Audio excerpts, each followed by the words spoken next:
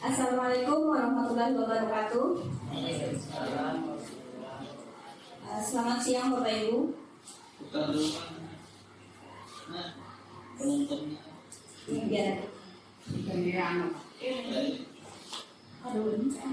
Saya akan memaparkan definisi saya tentang budaya positif. Perkenalkan dulu, nama saya Nurlaila Hidrati dari SMP Negeri 3 Gambut, CGP Angkatan 11 Kabupaten Banjar. Baiklah Bapak Ibu, tidak panjang lebar, saya akan memaparkan destinasi saya. Tapi sebelum saya memaparkan, silakan Bapak Ibu berhadapan berdua. Yuk senyum selama 30 detik. Ya, sebelum kita masukin materi, silakan Bapak Ibu berhadapan selama 30 detik.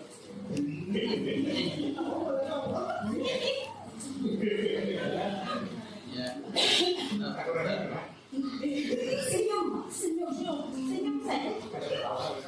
Jangan tertawa. Silakan aja yang mau senyum dikeluarkan aja, jangan ditahan. Ya, sudah ya Bapak Ibu ya. Oke, sekarang kita kembali ke tempat. Gimana Bapak Ibu rasanya? Selama 30 detik kita senyum. Senang gembira. Oke. Nah, salam guru penggerak. Tergerak, bergerak, dan menggerakkan. Jadi di sini untuk guru penggerak ada salamnya.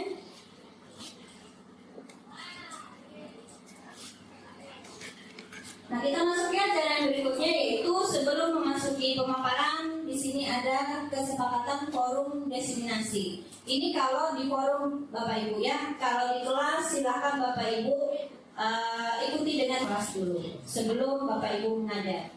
Jadi pertama, kesepakatan kelas menghargai siapapun. Gimana Bapak Ibu, setuju? Siapa yang mau bertanya, disilakan. Setuju? Setuju. Kemudian menjadi pendengar yang baik.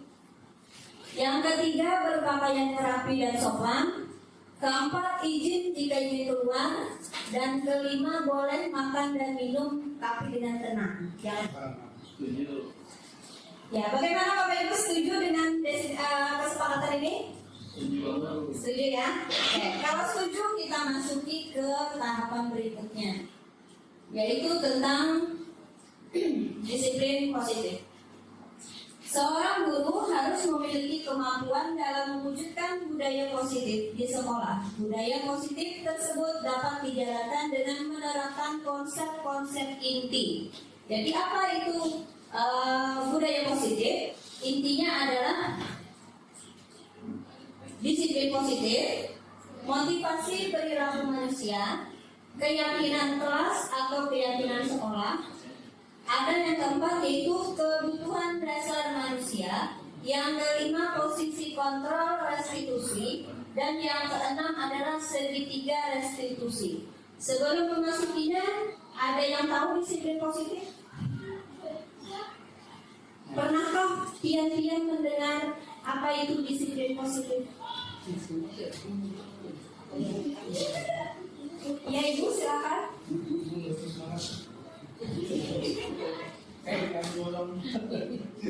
Ada di PRM ya tentang disiplin positif.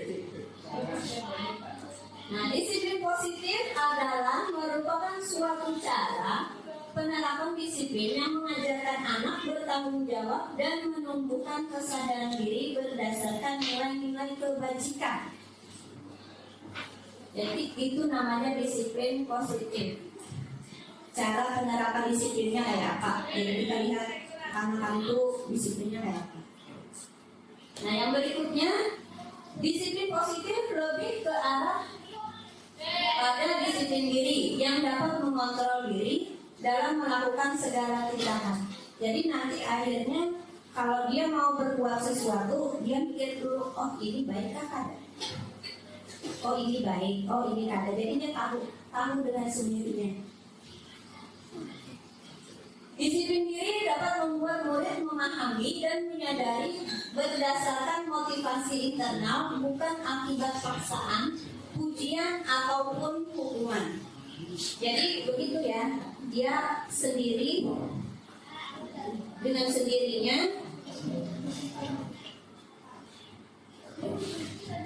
tanpa harus paksaan lagi, tanpa harus ada hukuman lagi. Karena guru saat ini tidak boleh menghukum ya Bapak Ibu, dan mengatakan kata jangan pun tidak boleh. Nah, ini ada 6 karakter dalam profil pelajar Pancasila. Yang pertama, beriman bertakwa kepada Tuhan Yang Maha Esa. Yang kedua, mereka akan jadi mandiri. Ketiga, berkebinekaan global. Keempat, bergotong royong. Kelima, kreatif. Dan yang keenam adalah bernalar kritis. Yang semuanya itu biasa kita masukkan ke dalam P5. Apa itu P5 Bapak? Iya, jadi sudah tahu ya 100. Nanti ya 100-nya ya. Oke, nah di sini yang kedua adalah motivasi perilaku manusia. Motivasi perilaku manusia ada 3, yaitu untuk menghindari ketidaknyamanan atau hukuman. Yang kedua, untuk mendapatkan imbalan atau penghargaan dari orang lain. Yang ketiga, untuk menjadi orang yang mereka inginkan dan menghargai diri sendiri dengan nilai-nilai yang mereka percaya. Maksudnya, untuk menghindari ketidaknyamanan atau hukuman adalah kira-kira kayak apa Bapak Ibu? Sebelum dijelaskan. Untuk menghindari ketidaknyamanan atau hukuman. Jadinya ada rasa takutan, lalu ya, nah cari alasan. Yang kedua, untuk mendapatkan imbalan atau penghargaan dari orang lain. Jadi mengharap supaya dapat pujian dari kawan. Kadang anak-anak SMP ini tuh kayak siapa ya? Melihat supaya kawan tuh, atau ada gacoannya kan yang sekira dapat pujian. Ya. Yang ketiga, untuk menjadi orang yang mereka inginkan dan menghargai diri sendiri dengan nilai-nilai yang mereka percaya. Jadi, aku ada ini yang hendak, aku nih hendak bagus. Ada juga. Jadi tidak semua punya anak-anak kita itu yang melulu pada semuanya juga. Masih ada yang hendak jujur sekolah. Nah, ini adalah keyakinan sekolah atau keyakinan kelas. Pada keyakinan kelas, yang pertama, guru berperan dalam mewujudkan terbentuknya keyakinan sekolah atau kelas dengan adanya kesepakatan antara guru dan murid. Ya, yang tadi Bapak Ibu kita adakan dulu kesepakatan destinasinya, kesepakatannya. Jadi di kelas karena Bu Hantian mengolah dulu kesepakatan kelas, khususnya untuk wali kelas. Jadi wali kelas silahkan buat kesepakatan kelas, tempel di kelas supaya anak-anak bisa membaca. Jadi misalnya mereka ada salah, nanti disangkut pautkan dengan kesepakatan kelasnya. Yang kedua adalah keyakinan sekolah ke kelas berupa pernyataan universal yang mudah diingat, dipahami, dan harus diterapkan di lingkungan sekolah. Contohnya apa Bapak Ibu? Membuang sampah ke tempatnya. Jadi bukan ditulis dilarang membuang sampah, tetapi buanglah sampah ke tempatnya. Ya. Jadi kalimat perintahnya seperti itu. Kemudian dilarang terlambat. tetapi dituliskan pada keyakinan datanglah tepat waktu. Ya, jadi dirubah seperti itu kalimat positifnya. Nah, ini ada keyakinan kelas ulun 9C. 9C. 9C. Nah, ini salah satu keyakinan kelasnya, bekerja sama menjaga kebersihan kelas. Yang kedua, saling peduli, menghargai dan membantu sama lain, menjaga dan meletakkan barang sesuai tempatnya. Jadi bukan kalimat jangan menaruh sembarangan. Jadi tidak ada kata jangan ya. Nah, yang berikutnya, mengerjakan tugas tepat waktu. Tepat waktu dan aktif di kelas. Di sini ada juga setiap anggota kelas belajar, senang melakukan tugas, saling menghargai dan merasa aman. Selalu bersikap positif, senantiasa menjadi diri terbaik, percaya dan menghormati orang lain, serta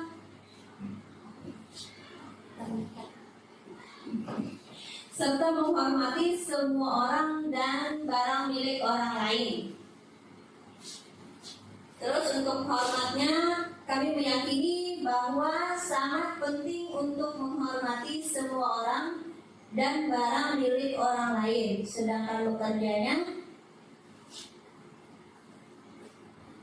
kami meyakini bahwa sangat penting untuk mengerjakan segala pekerjaan atau mengikuti kegiatan yang telah ditugaskan.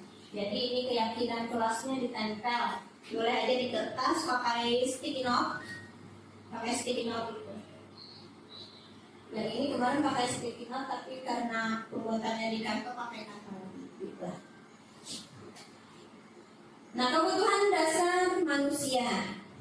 Pernyataannya, ketika seorang murid melakukan suatu perbuatan yang bertentangan dengan nilai-nilai kebajikan atau melanggar sebenarnya dikarenakan mereka gagal memenuhi kebutuhan dasar mereka. Jadi bila bina nakal, bila bina usil, itu mereka ada yang salah di nilai kebutuhan dasar mereka.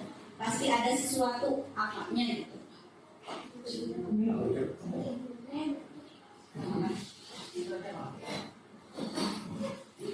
Kebutuhan dasar manusia itu ada 5. Yang pertama adalah bertahan hidup, kasih sayang dan merasa diterima. Yang ketiga, penguasaan. Keempat, kebebasan. Dan yang kelima, kesenangan. Nah, bertahan hidup itu seperti apa? Bertahan hidup kira-kira seperti apa? Bertahan hidup makan terus. Kalau kasih sayang dan ngerasa diterima, kira-kira kayak apa? Perhatian, hendak minta disayangi, hendak minta diperhatikan, hendak dihargai. Kemudian ada penguasaan. Nah, di penguasaan ini biasanya ada yang jadi centengnya. Seharap, aku nih harap, ini tuh harus tunduk, tuh orang tuh harus tunduk. Nah, itu penguasaan. Kemudian ada kebebasan.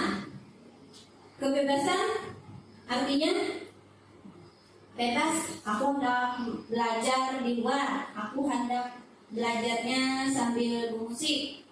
Kan ada kita disuruh untuk guru BK ya, khususnya itu disuruh memilih untuk membuat asesmen untuk audio visual. Siswa itu masuk ya diagnostik test. Kemudian ada kesenangan. Kesenangan artinya apa? Inya tuh suka usil karena kesenangan atau melihat misalnya mau ului kawan kan, melihat kawannya menangis, senang rasanya. Palingnya dia hati cuma kegayaan aja. Nah di sini ada kasus, contoh kasus. Ibu Mariana, guru wali kelas 9A, sedang bingung menghadapi ulah salah satu murid di kelasnya. Namanya Talita. Beberapa anak telah mengeluhkan Talita yang seringkali meminta bekal makan siang mereka dengan paksa. Jika Anda menghadapi situasi seperti Ibu Mariana, apa yang akan Anda lakukan? Menurut Talita, apa alasan melakukan hal itu? Ya? Ke guru BK aja? Oh, ke guru BK. Ayo, kita menurut guru BK. Oh iya, ibu siapa? Oh iya, Ibu Farida ya? Iya, silakan Ibu.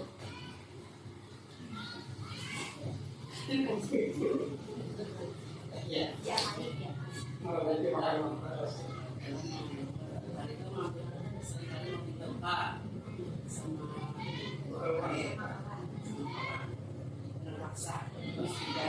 Anggapannya kayak apa mereka?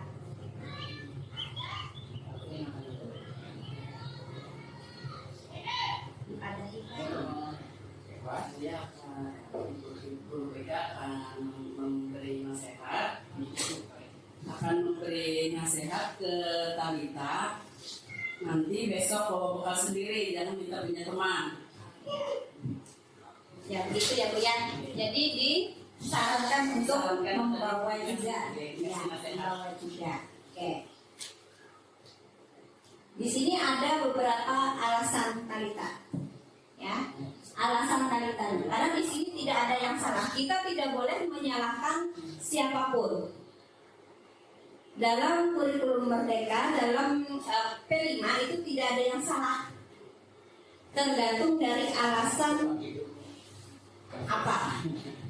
Yang pertama, mungkin ya tadi pertanyaannya, menurut Talita apa alasan melakukan hal itu?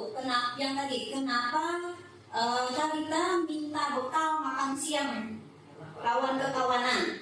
Yang pertama alasannya mungkin saja karena ia lapar dan orang tuanya tidak membawakannya bekal untuk makan siang. Maka kebutuhan dasar yang sedang dipenuhi adalah kebutuhan bertahan hidup. Jadi karena kelaparan, jadi memintai lawan kawan. Minta bang. Berarti solusinya kalau jadi ulang perlu kekerasan itu maksudnya ada lagi terus makanan karena di rumah ada di orang tua jadi terus turun badan terus turun kasihkan Talita. Mungkin juga alasan keduanya, di sini ada alasan keduanya. Karena dia merasa senang temannya jadi memperhatikan dia, temannya melaporkan tindakannya itu kepada gurunya dan memberitahukan kepada orang tuanya, sehingga orang tuanya jadi memperhatikan dia. Maka kebutuhan dasar yang sedang dipenuhi Talita adalah kebutuhan akan kasih sayang dan rasa diterima. Nah bisa aja si Talita itu minta perhatian, kurang perhatian orang tua bisa. Jadi kawannya yang memadahkan, tuna bu, Talita minta makan orang, ya kan bisa mengipak yang tadi kan. Nah, ya. Jadinya sebenarnya Inya berbuat seperti itu karena ingin disayangi tadi kan, ingin diperhatikan. Bisa juga alasan yang ketiga, karena temannya takut dengan dia dan menuruti keinginannya. Jadi itu termasuk penguasaan. Yang tadi yang hendak sebagai harap tadi memintai. Atau juga alasan Talita itu karena dia merasa bosan dengan bekal makanan yang dibawakan ibunya, yang selalu membawakan bekal yang sama. Oleh karena itu dia ingin mencoba makanan beraneka ragam. Maka Talita sedang berusaha akan memenuhi kebutuhannya, yaitu termasuk kebebasan. Jadi di sini mungkin ini bosan mamanya menyangui ya, nasi sama telur dadar aja. Mungkin setiap hari. Kalau yang punya kawan ada sushi-nya, ada ayam gepreknya.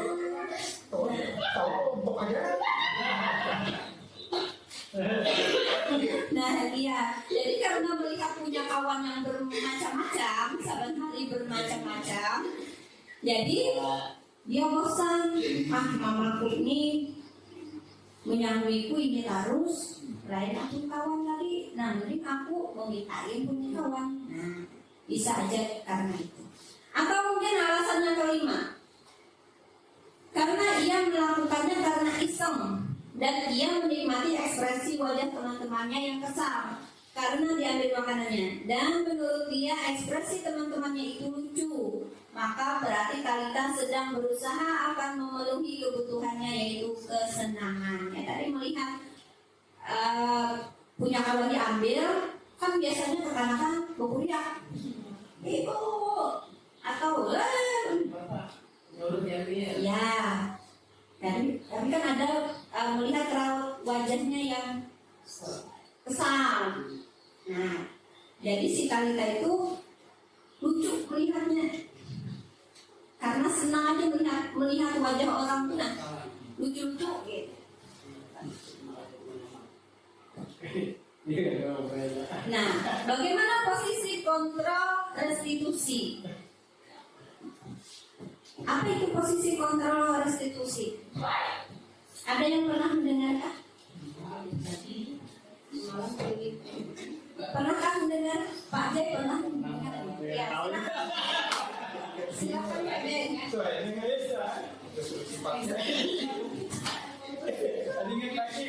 Kadingan lagi. Jawab seadanya. Jawab seadanya. Itu yang paling mencari benih.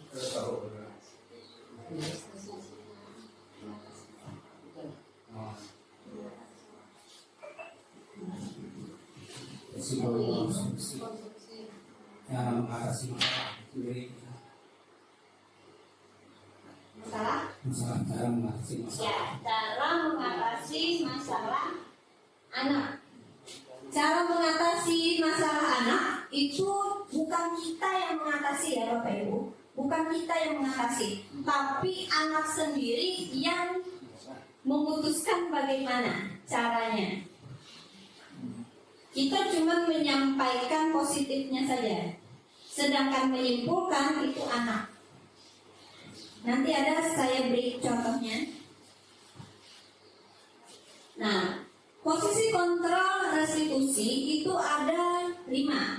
Yang pertama, guru sebagai penghukum, guru sebagai teman, guru sebagai pembuat merasa bersalah, guru sebagai pemantau, dan guru sebagai manajer.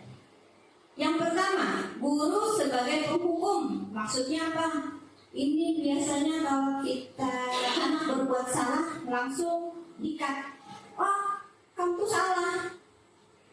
Misalnya dia mengambil duit kawan, kamu tuh salah. Harusnya kalau pada duit pada dulu ibu. Boleh guru BK-nya ya. Bila ada usaha tuh pada jalur ibu.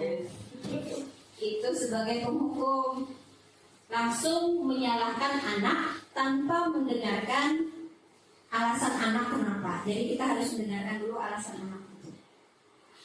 Yang kedua, posisi kontrolnya adalah guru sebagai teman. Jadi biasanya guru BK ya, ini banyak kepada guru BK. Guru BK biasanya memanggil, habis itu disayang-sayang dulu, bawa coklat dulu, bawa makan-makan dulu, biar tenang hatinya. Ya, lalu dipanderi, kenapa gerang pian, namanya apa di pian. Nah, yang ketiga adalah guru sebagai pembuat merasa bersalah. Nah, siapa tuh? Guru sebagai pembuat merasa bersalah. Contohnya, diri Ulun aja. Ulun sering keluar menyelesaikan urusan sekolah.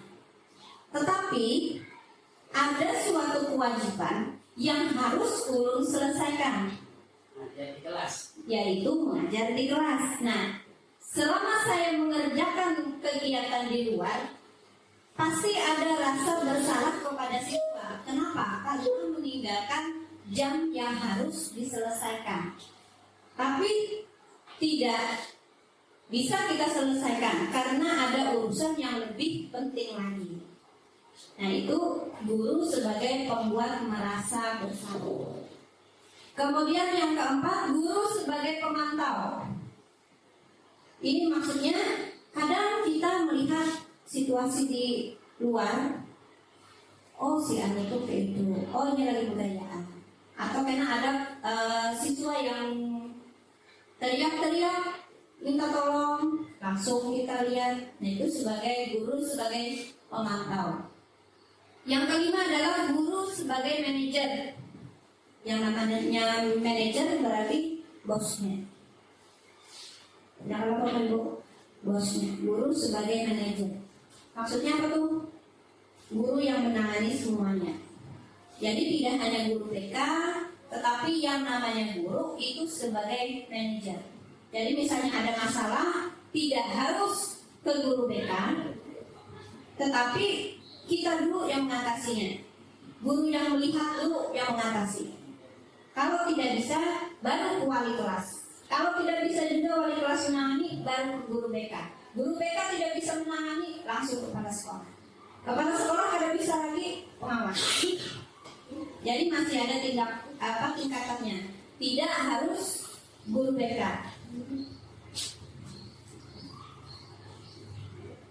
Nah, ini 5 posisi kontrol.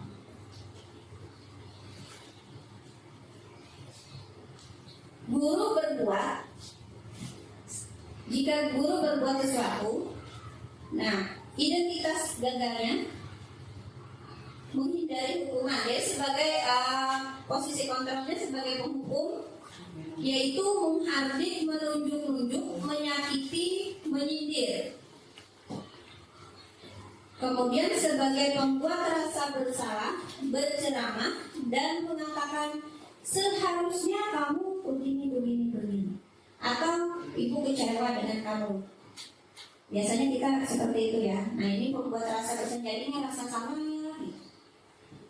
Kalau sebagai teman, membuatkan alasan-alasan untuk muridnya. Oh, berarti kayak ini cepian. Nah, itu sebagai teman. Tapi bukan dari dirinya, dari kitanya, dari gurunya. Kalau sebagai pemantau, menghitung dan mengukur. Jadi dikasihnya itu, oh jadi kayak ini, oh itu kayak ini. Itu dari kitanya yang menyelesaikan. Sedangkan sebagai manajer, seharusnya mengajukan pertanyaan-pertanyaan. Jadi ditembak kalau pertanyaan aja. Kamu ambil di mana gerak? Salahnya di mana? Apabila waktunya. Nah itu. Apabila guru berkata sebagai penghukum, kalau kamu tidak melakukannya, awas ya. Kadang kita kalau ada tugas lah bilangnya, awas bila kada mengerjakan. Kadang kita ada seperti itu. Ternyata itu kita salah ya. Ya ada awas lah. Jangan ya. Kemudian pembuat rasa bersalahnya, kamu seharusnya sudah tahu. Ibu lelah mengatakannya, ibu stres, ibu nunggu sudah nggak mana ibu lagi. Kebanyakan kita seperti itu ya. Karena masih asing juga gitu. Nah, itu sebagai pembuat rasa bersalah. Nah, yang ketiga sebagai teman. Ayolah lakukan demi ibu. Ayo nah, apa sih nah? Demi ibu nah, kesan ibu. Atau masa kamu tidak mau? Maka ibu pernah semalam menangani. Terus yang ketiga, sebagai pemantau, apa peraturannya? Mengatakan seperti itu. Dan sebagai manajer harusnya mengatakan apa yang kita yakini, apa yang bisa kamu kerjakan untuk memperbaiki masalah ini. Jadi itu dikatakan seperti itu harusnya. Jadi dia sendiri yang mengatasinya. Memang kalau kita mau mulai agak susah Pak, karena kita sudah termindset di otak yang menjudge. Yang keempat adalah hasil.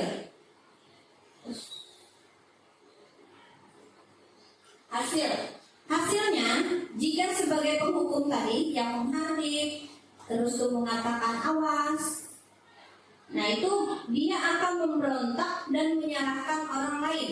Benar apa benar? Dia akan menyalahkan orang lain dan dia akan berbohong. Pasti mengarang cerita jadinya. Nah, jika sebagai pembuat rasa bersalah, dia akan menyembunyikan, menyangkal, dan berbohong. Oh ada gue.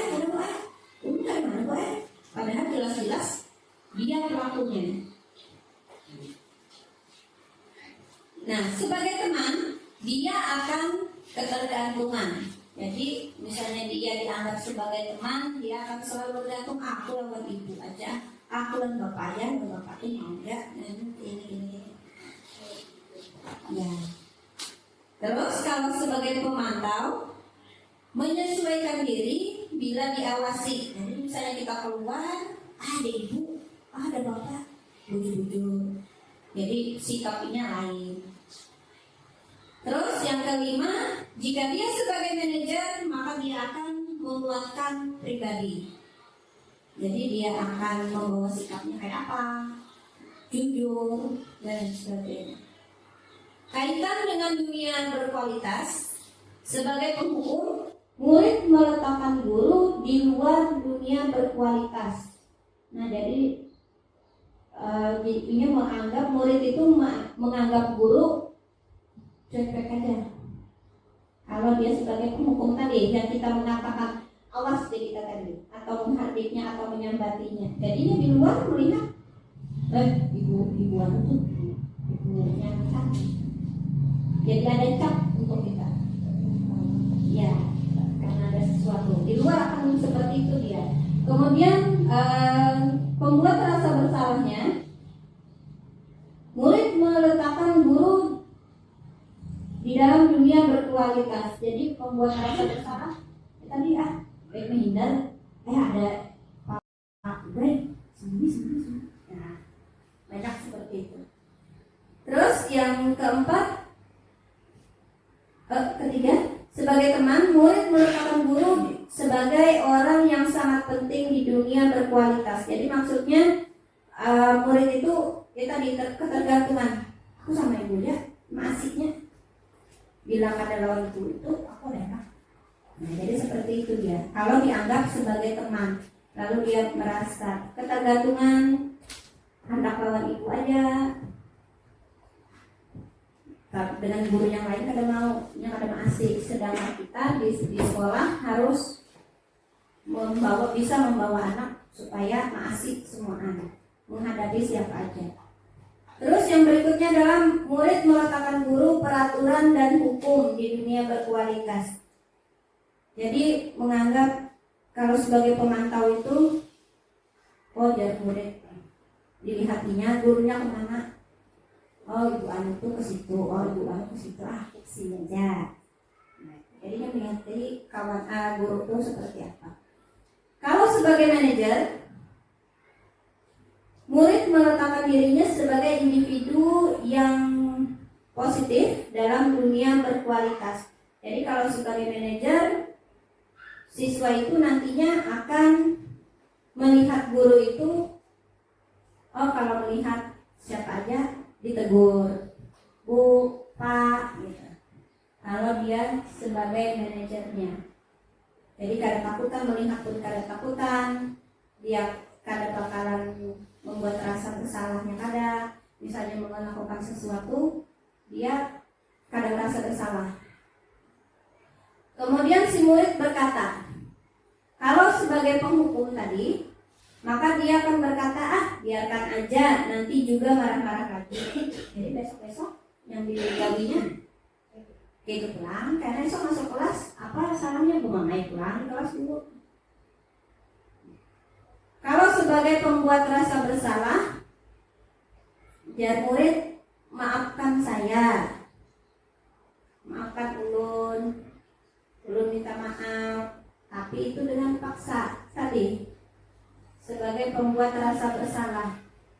Jadi jar guru BK-nya minta maafin sana, sedangkan dia masih kesal, di dalam dirinya masih kesal. Yang ketiga sebagai teman, saya pikir Bapak Ibu teman saya, ternyata begitu. Jadi kalau kita misalnya ada memadahi tadi sebagai teman, terus kemudian ini ada salah lagi, maka dia akan berkata seperti itu. Makanya lo kawan, sekalinya ibu ini mau PHP aja. Itu sebagai teman. Kalau sebagai teman tahu berapa banyak bintang yang saya harus peroleh, berapa halaman yang harus saya tulis. Kalau sebagai pemantau, tulis deh kita supaya ibu memaafkan, tulis 100 kata. Biar muridnya, pasti ya bila salah loh ibu ini, oleh bapak ini pasti disuruh menulis 1000 kalimat. Nah, kalau sebagai manajer, bagaimana caranya saya bisa memperbaiki keadaan? Kayak apa ya lah supaya pian itu bagus jadinya, dipadahi seperti itu. Nah, itu sebagai manajernya. Dampak pada murid, kalau dia sebagai penghukum, dia akan selalu mengulangi kesalahannya. Bila ada salah, kalau kita sebagai penghukum, berarti kayaknya gawi pulang. Sebagai pembuat rasa bersalah, dia merasa rendah diri. Ibu itu pasti menyalahkan aku. Oh, bapak tuh pasti dia. Aku taruh suruh. Yang ketiga adalah lemah. Sebagai teman dia akan lemah, tidak mandiri dan tergantung. Sebagai pemantau, dia akan menitik beratkan pada sanksi atau hadiah untuk dirinya. Jadi apabila inya kau menjawab, aku dapat hadiah lawan bapak itu, kalau aku salah, paling aku disuruh keliling biar guru olahraganya saya. Nah, tapi sebagai manajer, dia akan mengevaluasi diri, bagaimana cara memperbaiki dirinya. Nah, itu sebagai manajernya. Posisi kontrol restitusi, di antara kelima posisi kontrol tersebut, sebaiknya seorang guru menggunakan posisi kontrol sebagai manajer. Gambarnya lain.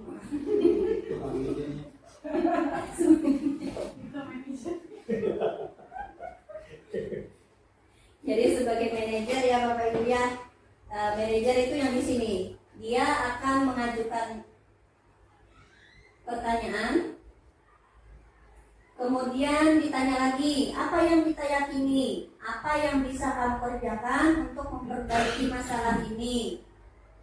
Kemudian menguatkan pribadinya. Murid meletakkan dirinya sebagai individu yang positif dalam dunia berkualitas.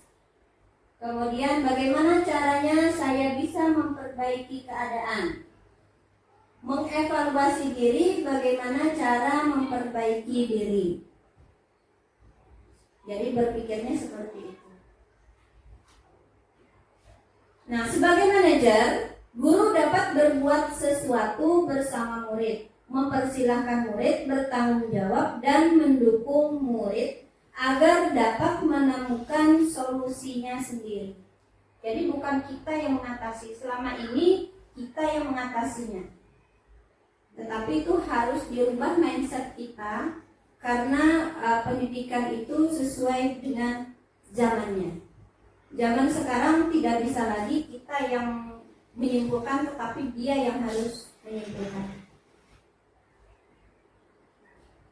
Selain itu, posisi manajer mengacu pada restitusi yang dapat menjadikan murid sebagai manajer bagi dirinya sendiri, sehingga dapat tercipta identitas positif pada diri murid. Nah, jadi bilanya inya yang mengatasi, jadi dia mikir, oh aku ini sudah ada kayak itu, terciptalah seperti itu. Nah, jika ada siswa bermasalah seperti yang di atas tadi kan posisi kontrolnya. Nah, sekarang segitiga restitusinya. Segitiga restitusi itu apa? Nih, yaitu untuk menstabilkan identitas, validasi tindakan yang salah, dan menanyakan keyakinan. Jadi dibuatlah segitiga restitusi. Di sini menstabilkan identitasnya, di sini validasi tindakan yang salah, kemudian menanyakan keyakinan. Di sini dalam restitusi tidak ada yang benar, tidak ada yang salah. Kita tidak boleh menyalahkan atau membenarkan si anak. Jadi jangan disalahkan, jangan juga dibenarkan. Kayak apa tuh? Sama kita dibenarkan. Jadi intinya sama anak kita tidak boleh menjudge mereka. Menstabilkan identitas dilakukan berdasarkan prinsip bahwa membuat kesalahan adalah bagian dari proses pembelajaran yang nantinya akan menggeser identitas gagal ke arah identitas sukses. Jadi maksudnya, misalnya dia ada kesalahan, kemudian dia akan mengatasi sendiri nih masalahnya. Nah, makanya dari identitas gagal ke arah identitas sukses. Menstabilkan identitas. Berbuat salah itu hal yang manusiawi, jadi nanti bisa dikatakan seperti itu ya. Yang namanya menstabilkan identitas. Jadi kita kisahkan dulu cerita positifnya. Berbuat salah itu hal yang manusiawi. Tidak ada manusia yang sempurna. Kita pasti bisa menyelesaikan permasalahan ini. Tetapi ibu tidak tertarik untuk mencari tahu siapa yang benar, siapa yang salah. Ibu lebih tertarik untuk menyelesaikan masalah kamu. Kalau kamu menyalahkan dirimu sendiri terus-menerus, apakah kamu bisa bersikap baik pada dirimu sendiri? Jadi misalnya, oh bujur umum bu aing, misalnya, alasnya bujur umum bu aing. Tapi kan kita tidak tahu. Makanya harus dikatakan dengan yang kalimat positif tadi. Nah, sekarang kita lakukanlah validasi tindakan yang salah. Validasi tindakan yang salah dilakukan berdasarkan prinsip bahwa setiap perilaku berupaya memenuhi suatu kebutuhan tertentu, sehingga guru atau orang tua akan bergeser dari pemikiran stimulus respon menjadi proaktif, serta akan lebih mengenali dan mengakui kebutuhan murid atau anak. Jadi kita pelajari dengan tadi validasinya, untuk memvalidasinya. Di mana salahnya? Oh, ia menyalahkan ke orang tua misalnya. Kita panggillah orang tuanya. Ini loh anak piannya, nah kayak ini, kayak apa? Ia menyalahkan ke orang tua. Dan orang tua apa adanya tuh kayak ini. Nah itu ditelusuri.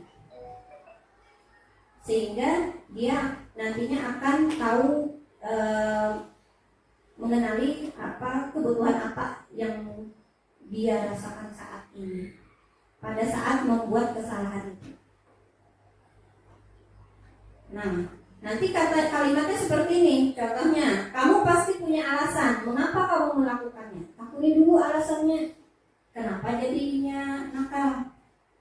Apa yang penting bagi kamu? Kamu boleh tetap berusaha menjaga sikap, tapi tambahkan sikap lain yang baru. Jangan nakal aja terus, terhadap obatnya. Ya. Maukah kamu belajar dengan cara lain untuk mendapat yang kamu perlukan tanpa harus memukul? Biasanya memukul. Adakah cara lain ya? Jadi ditaklumi lawan anaknya itu. Jangan kita yang kamu ini aja gini. Nah, Jangan. Menanyakan keyakinan.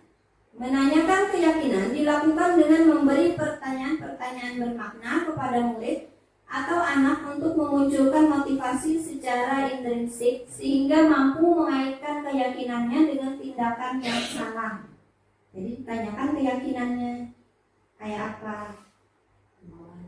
Ya, contohnya seperti ini. Apa nilai yang kita percaya di sekolah kita? Jadi kesepakatan kelas tadi. Kita larikan kesepakatan kelas yang sudah dibuat di awal pembelajaran. Nilai-nilai apa yang telah kita sepakati? Kelas yang ideal itu seperti apa? Kamu ingin jadi anak seperti apa? Apa yang kamu rasakan ketika kamu melakukan itu? Kamu menjadi orang yang seperti apa? Yang keyakinan kelas kita yang di awal tadi. Jadi ini ditakuni pulang dan lawan ingat, suruh mengingati. Makanya ditempel di depan kelas. Nah, ini keyakinan kelasnya. Kan ini sudah sepakat kan satu kelas. Bila ia melanggar sesuatu, larikan ke sini. Keyakinan kelas apa yang sudah kita buat? Maka sudah ada, kita bertempel. Sudah sepakat itu. Nah, jadi larikan ke sini.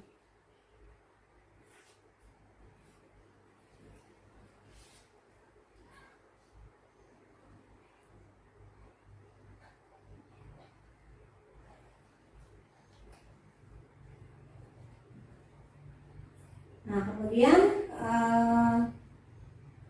ini contohnya. Nah, seorang guru yang baik harus memiliki kemampuan dalam mewujudkan budaya positif di sekolah. Budaya positif tersebut dapat dijalankan dengan menerapkan konsep-konsep inti, yaitu yang di awal tadi, disiplin positif. Apa lagi tadi? Ada 6 tadi. Nah, itu adalah penjelasannya. Ini ada kasus satu.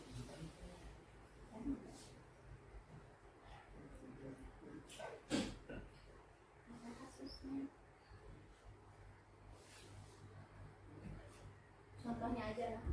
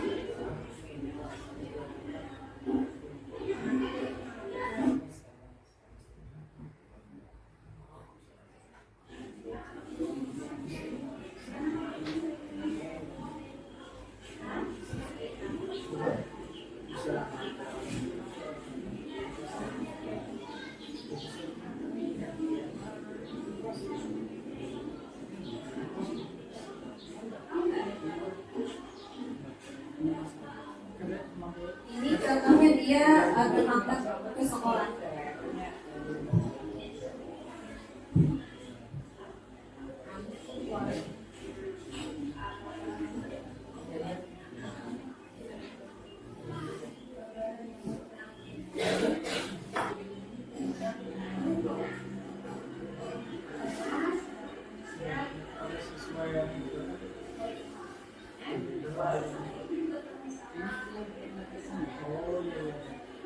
Jadi dipadahi semua tukang salah, semua pernah terlambat kalau kejadiannya terlambat.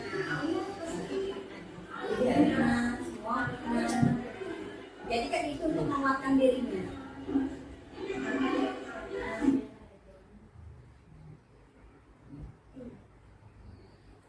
Kayak ini kasus luasnya.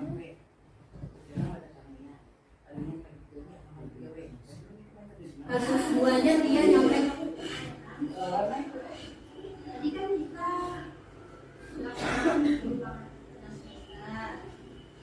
kemudian jawaban kamunya sama ya sama. Praktek itu benar-benar tidak baik ya. Ya tidak ada manusia yang sempurna ya. Kadang sebagai manusia karena itu menentukan kita melakukan sesuatu yang baik, yang tidak baik itu maka tidak menentukan. Dia mau menyelesaikan permasalahan itu, kita selesaikan bersama-sama ya. Apa sih yang menjadi alasan kalau dia mendapat jawaban itu adalah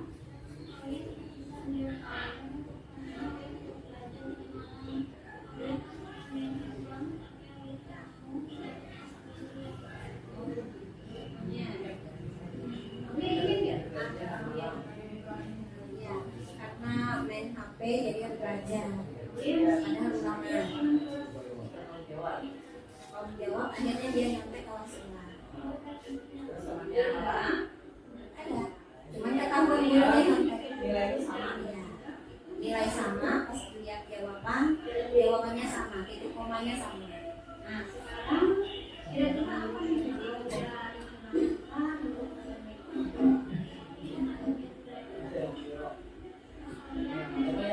nah dia akan menyelesaikan masalah dia sendiri.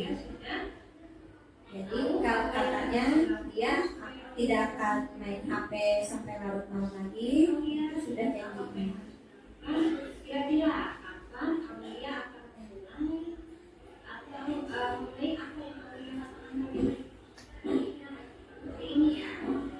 Dan hasil dia yakin dia bisa menjadi pribadi yang lebih baik lagi. Begitu ya Ibu.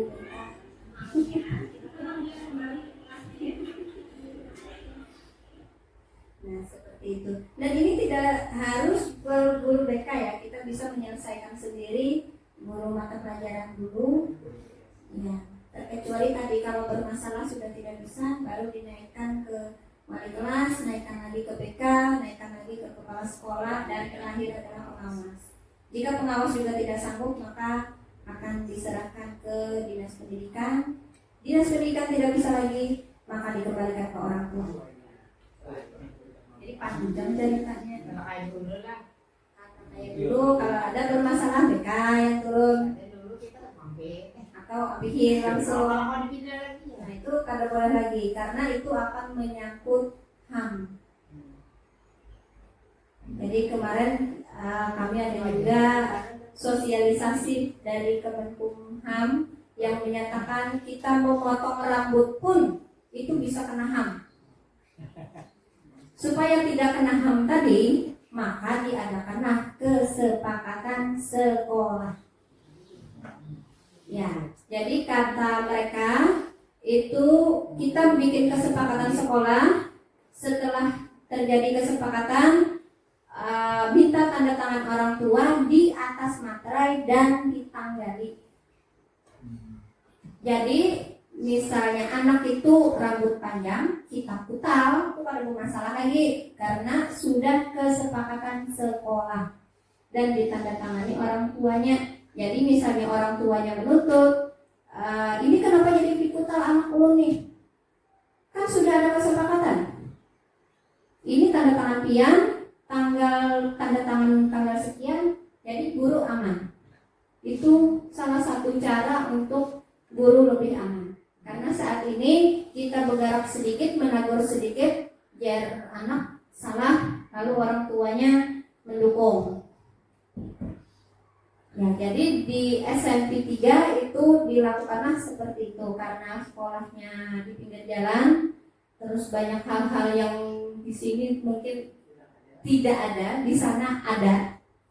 di sini sesuatu misalnya di sana tuh ada mungkin anaknya tuh ini, ternyata bisa jadi mungkin. Jadi diambillah kesepakatan, diolah itu tadi kesepakatan sekolah, misalnya rambut panjang dalam 2 bulan atau 3 bulan sekali, maka akan ada razia. Jadi ditulis akan ada razia rambut, kuku, tuh ada semua persyaratan kebersihan dirinya itu dimasukkan. Jadi dibagi ke anak pakai materainya suruh orang tuanya masing-masing tukar. Karena ditukarkan Bang, kreditnya sekolah. Jadi dulu kan dari iya. Jadi orang tua itu tanda tangan di atas materai dan ditanggali jar bubuhan Kemenkum semalam tuh ditanggali kapan pernyataan itu dibuat. Jadi ada tanda tangan kepala sekolah, materai orang tua dan siswanya 3. Jadi aman itu sudah guru. Mudah-mudahan tidak lagi jadi yang bermasalah. Ya, padahal niat kita kan cuma untuk memperbaiki dirinya. Cuman itu tadi kita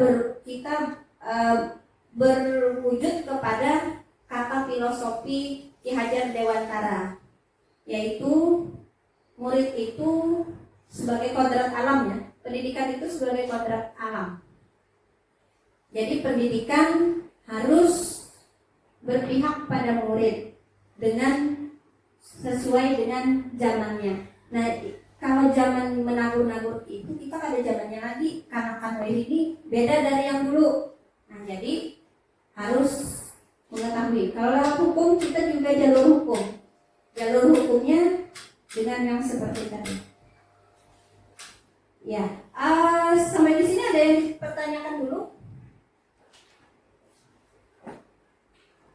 mengenai materi yang sudah saya berikan. Apakah ada yang ingin ditanyakan?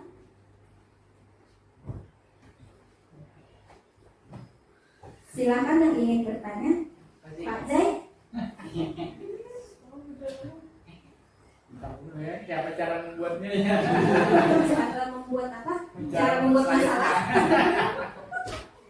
Cara mengatasi masalah tanpa masalah. Ya. Cara mengatasi masalah tanpa masalah yaitu tadi kita adakan segitiga restitusi. Pegadaian. Ya. Jadi diadakan pembicaraan. Kita panggil misalnya guru apa ya, tidak harus langsung ke BK, tidak. Jadi kita panggil dulu, kita cari dulu alasannya apa, kita gali dulu, terus beri kekuatannya. Kalau kita menyalahkan, habis mendengarkan terus kita menyalahkan, maka tadi terjadilah 5 posisi yang tadi. Dia akan merasa kebutuhan dasar mereka itu yang kada tercukupi jadinya. Jadi dengarkan, beri kekuatan, ya, didengarkan dulu. Tetapi menyelesaikannya harus dirinya sendiri, seperti contoh yang belum beri tadi. Jadi inya seorang yang kayak apa jadinya nih, misalnya kesepakatan kita semalam apa ya di kelas. Misalkan menghargai atau saling menyayangi satu sama lain. Nah, kalau sikap pian kayak itu kira-kira itu sayanglah lawan kawan. Jadi dia menjawab seorang ada aja. Nah, berarti kira-kira harus kayak apa ya? Jadi inya seorang yang memikir, inya seorang yang mencari solusi. Kita cuma mengarahkan aja, yang menyelesaikan adalah dia. Gitu Pak jawabannya. Ya gimana Bapak? Paham. Alhamdulillah. Yang lain ada lagi? Oke, jika tidak ada, sampai di sini dulu pemaparan dari saya. Jazakumullah khair. Demikian, semoga video ini dapat menginspirasi. Akhir kata, semoga tergerak, bergerak, dan mari menggerakkan. Assalamualaikum warahmatullahi wabarakatuh. Waalaikumsalam.